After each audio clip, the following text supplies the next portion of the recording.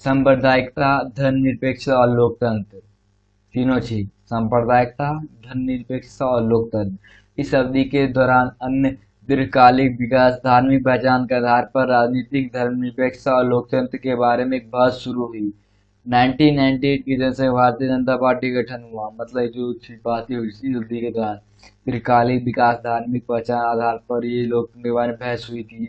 राजनीतिक धर्म, इसको ऐड किया जाए, इसको ऐड नहीं किया जाए। 1980 में जनसंघ तो भारतीय जनता पार्टी बीजेपी की स्थापना हुई थी 1980 में।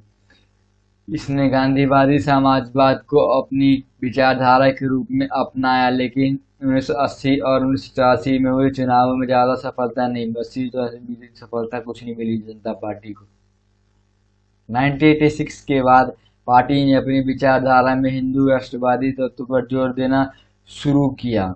हिंदुत्व के विनायक दामोदर सरकार ने भारतीय राष्ट्रीय हितधारा पर लोकप्रिय थे। मतलब जो भी चीजें थी आगे आगे बढ़ते चले, हिंदू राष्ट्र था, लोग कहते थे हिंदू राष्ट्र, ये सब चीजें थी।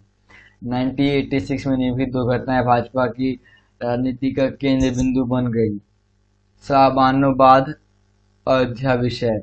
शाहबानोबाद, इसमें 62 वर्षीय तलाकशुदा मुस्लिम महिला ने अपने, मतलब शाहबान बात है, इसमें 62 वर्षीय तलाकशुदा मुस्लिम महिला ने अपने भूतपूर्व पति से गुजारे भत्ते के लिए बात की।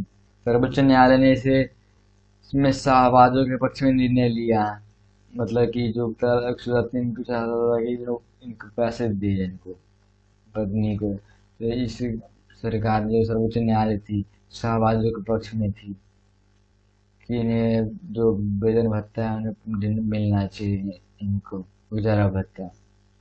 अयोध्या विषय। दूसरी प्रमुख घटना के रूप में अयोध्या विषय देश के सामाजिक, सांस्कृतिक और राजनीतिक इतिहास में गहराई तक बहुत बैठा। इसमें विभिन्न हितधारकों के विशिष्ट दृष्टिकोण थे, विभिन्न दृष्टिकोण। ये विषय भी श्री राम की जन्म स्थान, जो कि पवित्र धार्मिक स्थल के रूप में माना जाता, स्वामित्व से, मतलब कि मंदिर यहाँ है, जो अयोध्या मंदिर को लेकर ही बात हुई थी 1992 में। लोकसभा चुनाव 2004 के चुनाव कांग्रेस पार्टी ने खुद एक बड़ी गठबंधन सरकार बनाई, जिसे संयुक्त प्रगति गठबंधन के रूप में जाना जाता है। तो कांग्रेस पार्टी ने बनाया यूपीए, संयुक्त प्रगतिशील गठबंधन। 1991 के बाद से कांग्रेस पार्टी के लिए यह पहली बार था कि वह लोकसभा में अपनी सीटों की बड़ी संख्या बढ़ा सकी। 1981 के बाद एक ऐसा टाइम था 2004 में उसे अपनी सीटों में बढ़ा सकी थी। 1990 के दशक को क्षेत्रीय राजनीतिक दलों के बारे में जाना जाता है, जो 4 व्यापक समूह विभाजित है। कांग्रेस और उसके सहयोगी, भाजपा उसके सहयोगी, वाम मोर्चा और अन्य दल। 17वीं लोकसभा का आम चुनाव 2019 में हुआ। भाजपा 303 सीटों के साथ लोकसभा में सबसे बड़ी बहुमत वाली पार्टी के रूप में उभरी और कांग्रेस को लोकसभा में केवल 52 सीटें मिली। इसमें जो कांग्रेस थी वो हार गई और बीजेपी जो भाजपा थी, भारतीय जनता पार्टी, वो जीत गई 303 सीटों के साथ।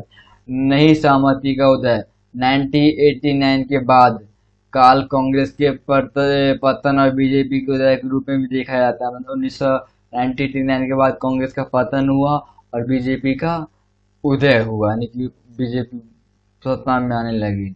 90 के दशक का मुकाबला बीजेपी नीति गठबंधन और कांग्रेस नीति गठबंधन के मध्य चला। मतलब जो 90 के दशक था बीजेपी और कांग्रेस के बीच चला, बट जीता कौन? बीजेपी। बढ़ती सहमति।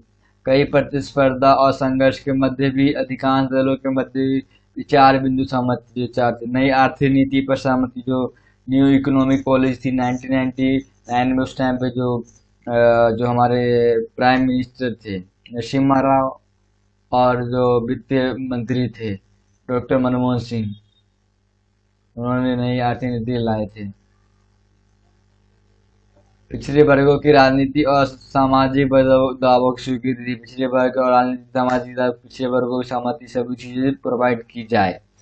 तीसरा था देश के शासन में राज्य स्तरीय दलों की भूमिका पर स्वीकृति। चौथा है विचारधारा के स्थान पर कार्यसिद्धि पर जोर और विचारधारागत सहमति के बगैर मतलब पॉइंट किस टाइप से क्या क्या बदलाव किए जाने चाहिए।